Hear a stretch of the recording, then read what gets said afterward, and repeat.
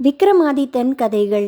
விக்ரமாதித்தன் திரும்பவும் முருங்கை மரத்தை அடைஞ்சு வேதாளத்தை கட்டி பிடிச்சு தன் தோள் மேல சுமந்துக்கிட்டு கிளம்பினான். மகாராஜனே, ஒரு கதை சொல்றேன் கேளுன்னு சொல்ல ஆரம்பிச்சது வேதாளம். கங்கை கரையில கனகபுரம் என்ற நகரம் ஒன்று இருந்தது. அங்க வாழ்ந்த மக்கள் எல்லாரும் தர்மவான்கள். அவங்களுக்கு யசோதனன் என்ற அரசன் இருந்தான். அவன் தயாள குணமுடையவன். பக்கத்து நாட்டை கவர்ந்துக்கணும்னு அவன் என்னைக்கும் நினைச்சதே இல்லை. சாஸ்திரங்களை நன்கு கற்று அறிந்தவன். அந்த நகரத்துல பெரிய வியாபாரி ஒருத்தன் இருந்தான். அவனுக்கு உன்மாதினி என்ற கன்னி பெண் ஒருத்தி இருந்தா. அவளோட அழகு கண்டு எல்லாரும் மயங்கினாங்க. அவ பருவ வயது அடைஞ்சதும் வியாபாரி யசோதன மன்னனிடம் போய், அரசே, உலகிலும் நிகரற்ற அழகுள்ள ஒருத்தி இருக்கா.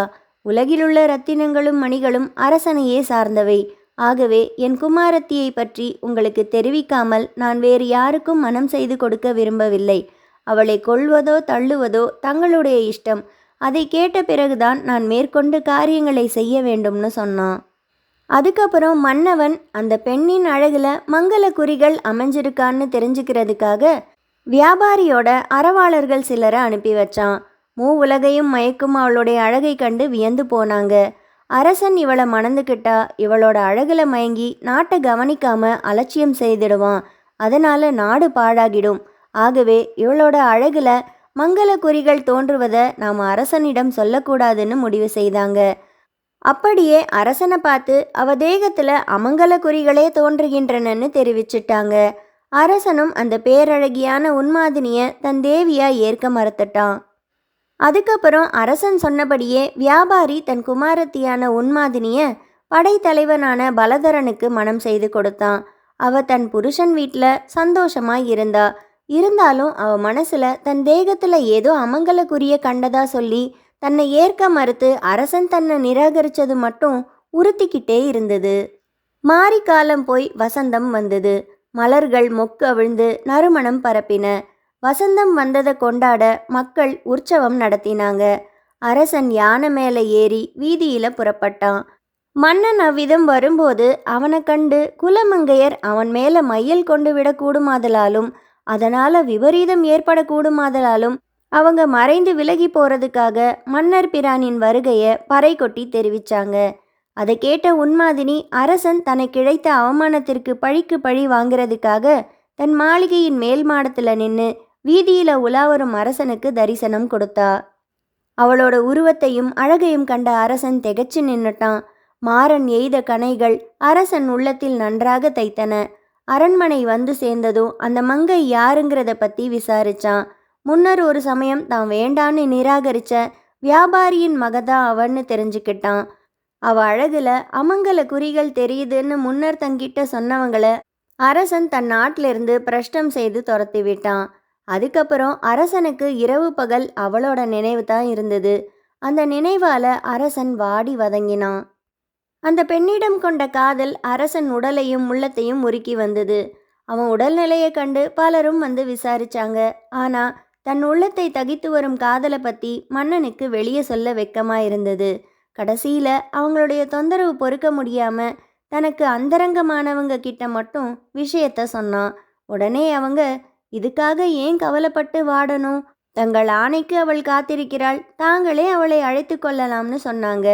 ஆனா நீதி தவறாத மன்னன் அவங்க உபதேசத்தை ஏத்துக்கல. உன்மாதினியின் கணவனான படைத்தலைவன் பரதனுக்கு இந்த செய்தி எட்டுச்சு. மன்னனிடம் அத்தியந்த ராஜபக்தியும் விசுவாசமும் உடைய அவன் அரசன் காலில் விழுந்து சொன்னான், மன்னர் பிரானே, இந்த அடிமை பெண்ணை தங்கள் அடிமைகளுள் ஒருத்தியாகவே தாங்கள் கருத வேண்டும். வேறு ஒருவன் மனைவியாக கொள்ளக்கூடாது. நானே அவளை மனமாற அர்ப்பணம் செய்கிறேன். தாங்கள் அவளை ஏற்றுக்கொள்ள வேண்டும். இல்லாவிட்டால் அவளை கோயிலுக்கு தானம் அளித்து விடுகிறேன். குலமங்கையரை அடையும் தோஷம் அப்போது ஏற்படாது. ஆகவே தாங்கள் அவளை தாராளமாக ஏற்றுக்கொள்ளலாம்.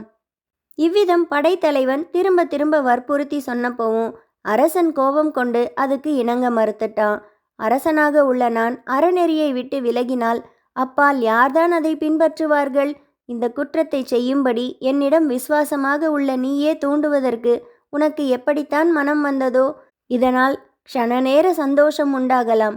ஆனால் நிரந்தரமாக இம்மையிலும் மறுமையிலும் பெரும் களங்கத்தை இது உண்டாக்கிவிடும். அன்றி நீ உன் மனைவியை துறந்தால் நான் உன்னை சும்மா விடமாட்டேன். பெண்களின் கற்பை அவ்வளவு எளிதாக கருதி நடந்தால் உனக்கு நிச்சயம் தண்டனை கிடைக்கும். ஆகவே சாவே இதற்கு ஏற்ற மருந்துன்னு சொன்னான் மன்னன். இவ்விதம் அரசன் தன் படைத்தலைவனின் கோரிக்கையை உதறி தள்ளிட்டான். இவ்வாறே நாட்டு மக்களும் மந்திரிகளும் வேண்டிக்கிட்ட போதும் மன உறுதியோட ஒரே நிலையில நின்று அதை மறுத்தளிச்சிட்டான். ஆனாலும் அந்த மன்னன் காதலின் ஏக்கத்திலேயே உடல் வாடி இறந்தும் போனான். அரசன் இறந்ததுக்கப்புறம் உயிர் வாழ மனம் பெறாத படைத்தலைவனும் தீக்குளிச்சு உயிர் துறந்தான். இவ்விதம் கதையை சொல்லி முடிச்ச வேதாளமானது விக்ரமாதித்தனின் தோல்ல இருந்தபடியே அவனை பார்த்து, மகாராஜனே, இவ்விருவருள் யார் சிறந்தவர், அரசனா படைத்தலைவனான்னு கேட்டது. இவ்விருவருள் அரசனே சிறந்தவன்னு பதில் சொன்னான் மகாராஜன். இதை கேட்டதும் வேதாளும், அது எப்படி? தன் மனைவியின் பெருமையை நன்கு அறிந்த படைத்தலைவன் அவளிடம் மோகம் கொண்டிருந்தும் ராஜ விசுவாசத்தால் அவளை அவனுக்கு அளித்தான். அரசன் இறந்த பிறகும் தன் உயிரை மாய்த்து கொண்டான். அரசனோ அவளை பற்றி நன்றாக அறிந்து கொள்ளாமல் அவளை ஏற்க மறுத்தான். அவ்விதம் இருக்க படைத்தலைவனை காட்டிலும் அரசன் எப்படி உயர்ந்தவனாவான்னு கேட்டது. விக்ரமாதித்தன் அதை கேட்டு கடகடன்னு சிரிச்சான். நீ சொல்லுவது உண்மைதான். ஆயினும் எஜமான விசுவாசம் கொண்ட படைத்தலைவன் நடத்தையில் சிறந்த அம்சம் என்ன இருக்கிறது? வேலைக்காரர் தங்கள் உயிரையும் கொடுத்து எஜமானர்களை காப்பாற்ற வேண்டுமன்றோ? ஆனால் அரசர்களோ மமதையால் பருத்து வளர்ந்தவர்கள். பதவியாலும் அதிகாரத்தாலும் அவர்கள் பார்வை மறைந்து போகிறது. போகத்தை பற்றிய எண்ணம் எழுந்துவிட்டால் அறநெறியையும் கூட உதறிவிடுவார்கள். அவர்களுக்கு நிழல் கொடுக்கும் குடையும் அவர்களுடைய குற்றங்களை மறைத்து நின்று அவர்களுக்கு புகலிடம் அளித்து காப்பாற்றிவிடும். நகுஷன் போன்ற பேரரசர்களும் இதற்கு தப்பாமல் பழி சுமந்திருக்கிறார்கள். ஆனால் இம்மன்னனோ உன்மாதினியிடம் கொண்ட காதலால் தன் உடலையே இழந்தாலும் அறநெறியின் வழியிலிருந்து நழுவவில்லை. அவ்வளவு திடச்சித்தம் கொண்ட அரசனே உயர்ந்தவனாவான். விக்ரமாதித்தனின் இந்த பதிலை கேட்டதும் வேதாளம் மறுபடியும் கட்டவிழ்த்துக்கிட்டு போயிடுச்சு. பழையபடி விக்ரமாதித்தனும் அதை தேடி கிளம்பிட்டான். விக்ரமாதித்தனுக்கு வேதாளம் சொன்ன மற்றும் ஒரு சுவாரஸ்யமான புதிர்கதையோட நான் உங்களை அடுத்த வீடியோவில் சந்திக்கிறேன். விக்ரமாதித்தன் வேதாளம் கதைகள் உங்களுக்கு பிடிச்சிருந்தா இந்த வீடியோவை லைக் பண்ணுங்கள், உங்கள் ஃப்ரெண்ட்ஸோட ஷேர் பண்ணுங்கள். இன்னும் இது போன்ற பல கதைகளை கேட்க நிலா கதைகளுக்கு சப்ஸ்கிரைப் பண்ணிவிட்டு அப்படியே மறக்காமல் நோட்டிஃபிகேஷன் பெல்லையும் அழுத்திடுங்க. நன்றி, வணக்கம்.